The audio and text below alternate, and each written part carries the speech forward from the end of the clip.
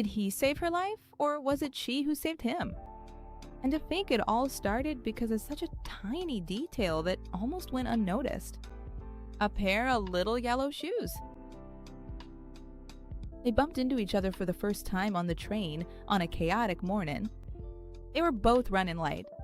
The door opened, people were pushing to get in, and it was in that rush that Laura ran into Roberto.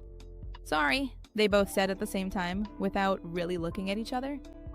She kept walking, and so did he. But when he looked back, something caught his attention. Her little shoes. They were yellow. But it was such a vibrant yellow, almost impossible to ignore. Yellow had been his favorite color since he was a kid.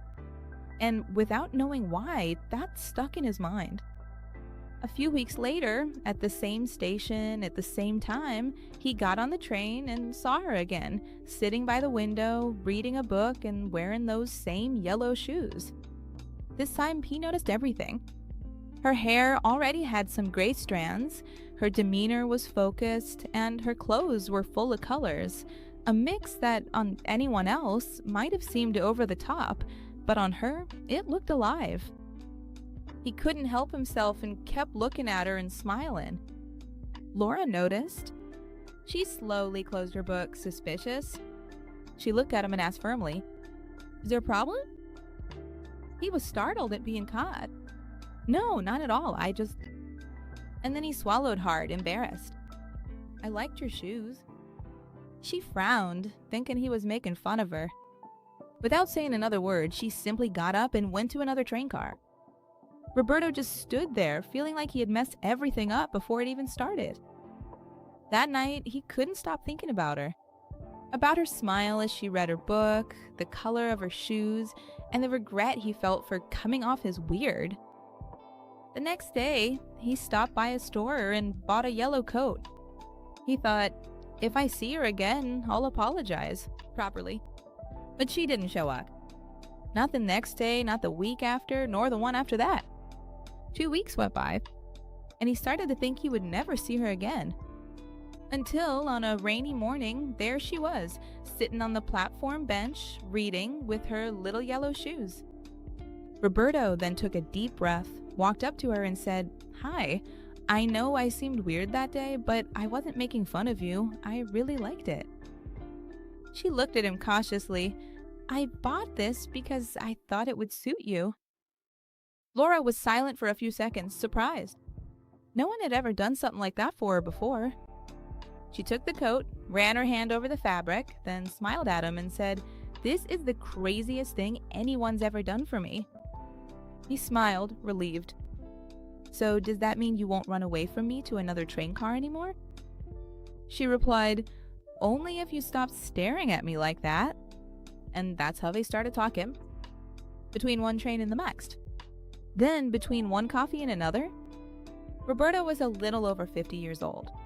So was Laura. But she had a unique and fun personality. She dressed in vibrant colors, cheerful prints, and fun accessories. One day he asked, "Where has all that courage come from?" "Oh my!" She answered with a calm smile. "It's not courage, it's freedom." And then she told him. Years before, she had cancer and almost died. When you think you're about to lose your life, you realize you've wasted too much time trying to please others, she said. Then she looked down at her shoes and went on. "I promised myself that if I survived, I would never stop wearing what I love." Roberto felt his eyes fill with tears. In that moment, he understood why she seemed so alive. What started as casual encounters became routine. Then it turned into longing, and then it became love. 6 months later, they decided to get married. But before they could make their plans a reality, the cancer came back. And this time, it was more aggressive. There were surgeries, chemotherapy, tough days. And Roberto was always there, every moment, never failing, holding her hand. Sleeping in hospital chairs, smiling, even when he was scared. 2 years later, then news came. She needed a kidney transplant. The wait was agonizing until 3 months later, a compatible donor was found. Laura cried with relief, but Roberto made an unexpected request. "I want to marry you before the surgery." And that's what happened.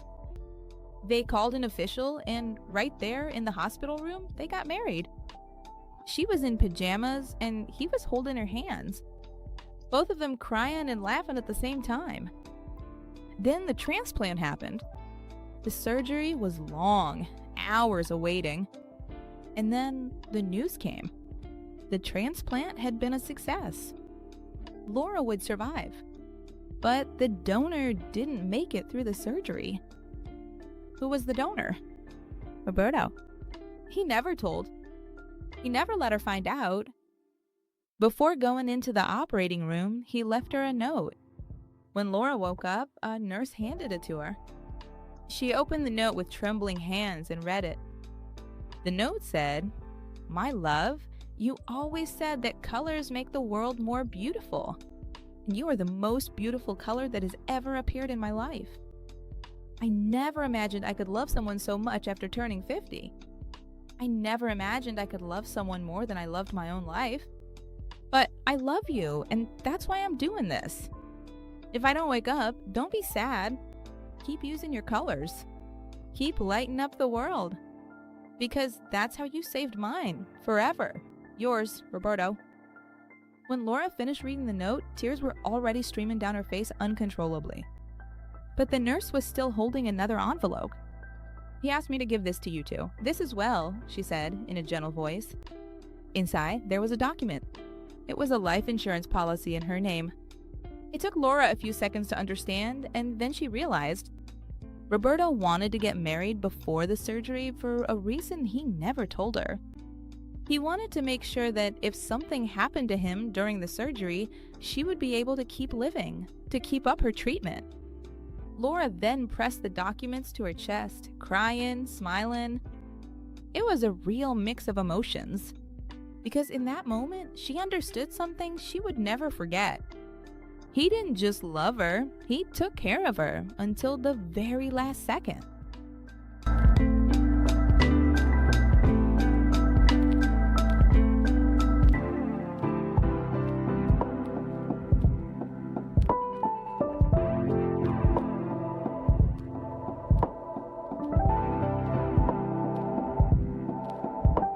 E chegamos ao fim de mais uma história.